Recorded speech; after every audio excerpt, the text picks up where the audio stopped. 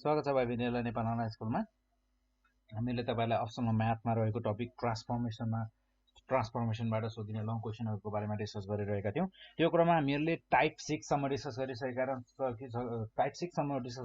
छौं र टाइप 7 मा हामी डिस्कस गरिरहेका थियौं र त्यो क्रममा हामीले केही क्वेशन डिस्कस गर्यौं र आज हामीले फेरि एउटा क्वेशन लास्ट क्वेशन डिस्कस गर्नेछौं र हामी यसपछि टाइप 8 मा जानेछौं।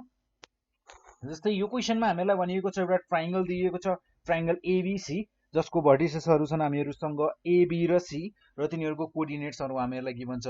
ए को कोअर्डिनेट हामीहरुलाई गिभन छ 3,3 र त्यसैगरी बी को कोअर्डिनेट हामीहरुलाई गिभन छ 1,1 र सी को कोअर्डिनेट हामीहरुलाई गिभन छ 5,0।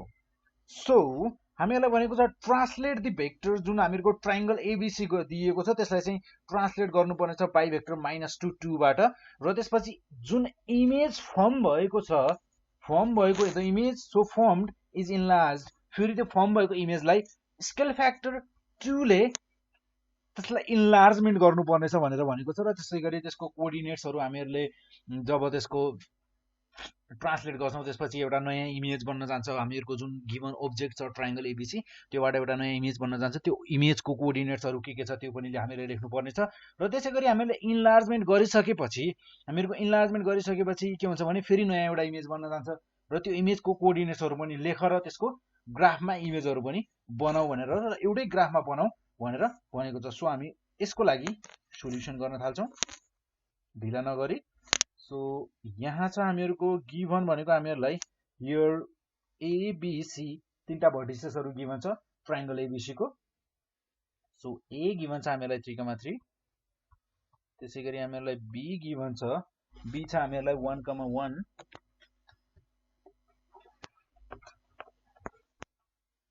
बी छ हामीहरुलाई गिभन 1,1 एन्ड सी गिभन छ हामीहरुलाई, एन्ड सी छ हामीहरुको 5,0 are the vertices of triangle ABC.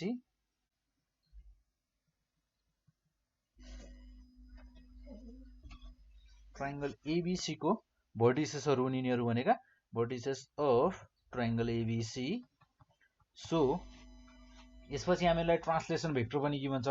Translation vector भनेको हामीहरुको -2,2 छ, हामीहरुले त्यो कुरा पनि हामीलाई गिभन छ। सो हामी त्यो पनि लेख्छौं। जस्तै हामीहरुको ट्रान्सलेसन भेक्टर भनेको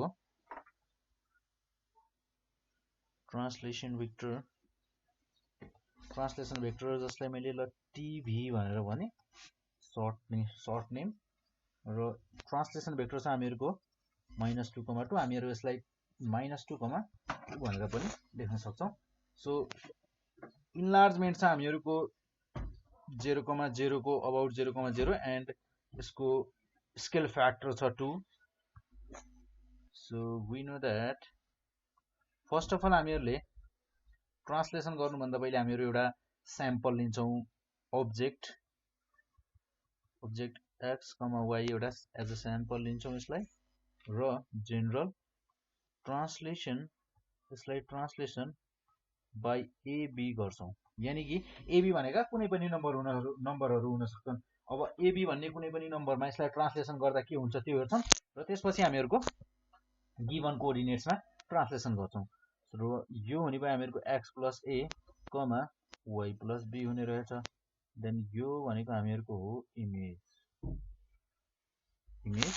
देन हामीहरुको a कोअर्डिनेट छ हामीहरुको 3,3, देन a ड्याश हामीहरुको हुन जान्छ, यानी कि हामीहरुको यसमा ट्रान्सलेसन भनेको ट्रान्सलेसन बाइ 2 -2 2 छ। देन हामीहरुको यहाँ हुने भयो 1,5, त्यसैगरी हामीहरुसँग b को कोअर्डिनेटहरु हामीलाई गिभन छ 1,1। सो यसको ट्रान्सलेसन हुने भयो हामीहरुको -1,3 र त्यसैगरी हामीहरुसँग c छ जसको हामीहरुलाई कोअर्डिनेटहरु गिभन छ 5,0 र c ड्याश भनेको हामीहरुको 3,2। देन अगेन ऑब्जेक्ट अब हामी इनलार्जमेन्टको लागि गर्छौं। इनलार्जमेन्टमा चाहिँ हामीहरुको कस्तो हुन्छ भनेर हेर्छौं। px, y as a sample लियौं हामीहरुले यसलाई इनलार्ज्ड इन्लार्ज गर्छौं हामी यसको e 0,0 र यसलाई 2 को फ्याक्टरले गर्नुपर्ने छ हामीहरुको यहाँ। सो मैले 2 लेखे। p ड्याश हामीहरुको यो भनेको इमेज हुने भयो p को image. So 2k 2x 2y हुने भयो। देन a ड्याश हामीहरुसँग छ 1,5। देन 1,5 को हामीहरुको a डबल ड्याश यसलाई इन्लार्जमेन्ट गर्दा बाइ स्केल फ्याक्टर 2 गर्दा यो हुने भयो हामीहरुको 2,10। देन हामीहरुको b ड्याश हेरौं। हामीहरुसँग b ड्याश छ। b ड्याश भनेको -1,3। सो -1,3 लाई 2 स्केल फ्याक्टरले इन्लार्जमेन्ट गर्दा यसको कोअर्डिनेट हुन जान्छ हामीहरुको -2। b डबल ड्याश भनेको -2,6। देन c डबल ड्याश हामीहरुसँग छ 3,2। यसको इन्लार्जमेन्ट भनेको c डबल ड्याश भनेको यो हुन जाने भयो हामीहरुको 6,4। सो हामीहरुसँग चाहिने हामीहरुलाई कोअर्डिनेट चाहिने जति हामीहरुलाई चाहिने जति कोअर्डिनेट सबै हामीहरुले निकालिसकेका छौं। र अब हामीहरु यसलाई ग्राफमा प्लट गर्न सक्छौं।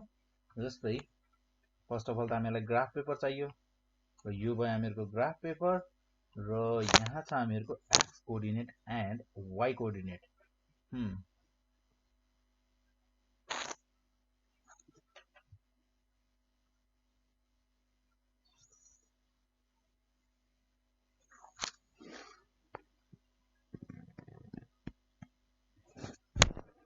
देन यो भयो मेरो कोअर्डिनेट, यो भयो मेरो y कोअर्डिनेट र यहाँ छ मेरो ओरिजिन हैन। First of all given object भनेको हामीहरुको ट्रायंगल ABC थियो। First of all triangle ABC को इमेज यसको अब्जेक्ट कस्तो हुन्छ हामीहरुले त्यसलाई प्लट गरेर हेरौं। जस्तै 3,3 छ हामीहरुको a, यहाँ निर हुने भयो हामीहरुको a 3,3।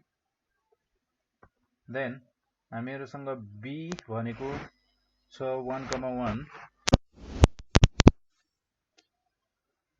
1,1 र त्यसैगरी c भनेको 5,0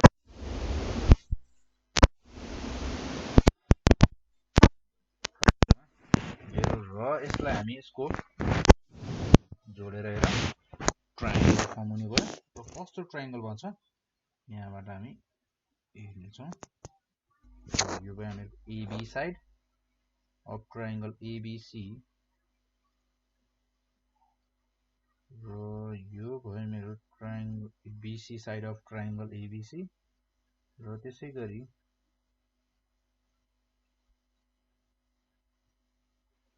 र यो भयो मेरो AC साइड। देन हामीहरुको गिवन अब्जेक्ट भनेको हामीहरुको यस्तो छ। देन हामीहरुले यसलाई फर्स्ट अफ अल गर्नेछौं ट्रान्सलेसन र ट्रान्सलेसन गर्दा हामीहरुको यहाँ कोअर्डिनेटहरु छ 1,5। यहाँ निर हुने भयो हामीहरुको 1,5। यो भयो मेरो a ड्याश भनेको 1,5 र त्यसैगरी b ड्याश भनेको छ हामीहरुको -1,3। यहाँ निर हुने भयो हामीहरुको b ड्याश -1,3। देन हामीहरुको त्यसपछि c ड्याश 3,2। यो हुने भयो हामीहरुको c ड्याश भनेको 3,2। देन यसको इमेज हेरौं अब कस्तो हुन्छ। यो भयो हामीहरुको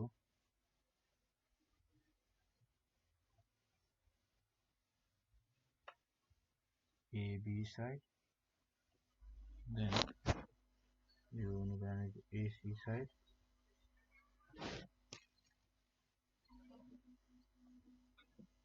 सरी BC साइड र यो हुने भयो हामीहरुको AC side of triangle A dash B dash C dash. After यो ट्रायंगल भनेको हामीहरुको ट्रायंगल ABC लाई ट्रान्सलेसन गरिसकेपछिको ट्रायंगल हुने भयो।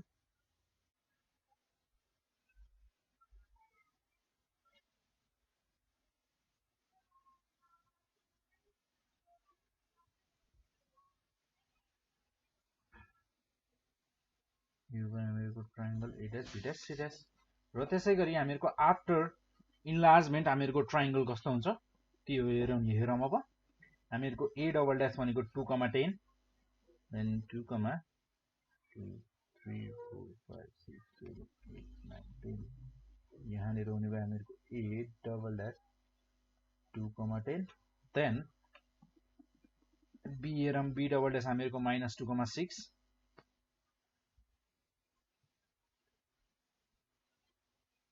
यो हुने भयो हामीहरुको B double dash -2,6 then C double dash भनेको हामीहरुको छ 6,4 3 4 5 6 1 2 3 4 6,4 C डबल ड्याश भनेको हामीहरुको 6,4 then यसको लागि यसको फिगर भनेको हामीहरुको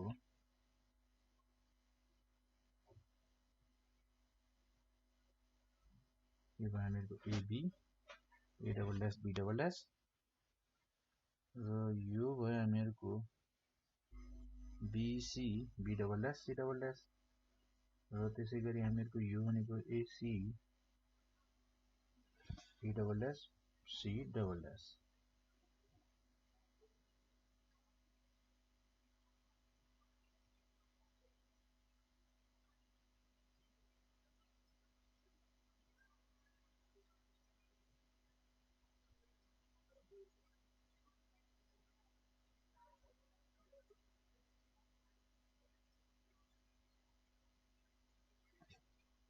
यो भयो हामीहरुको triangle A dash B dash C dash र यस्तो बन्ने भयो हामीहरुको फाइनल ग्राफ भनेको हामीहरुको यस्तो हुने भयो सो हामीहरुले यहाँनिर लेख्न सक्छौं यहाँनिर के लेख्न सक्छौं भने हामीहरुको जस्तै हामीहरुको ग्राफ अलोङ साइडमा गिभन छ now the graph is given alongside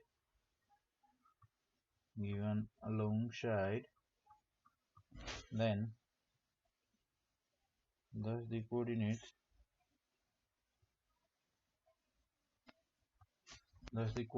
of images are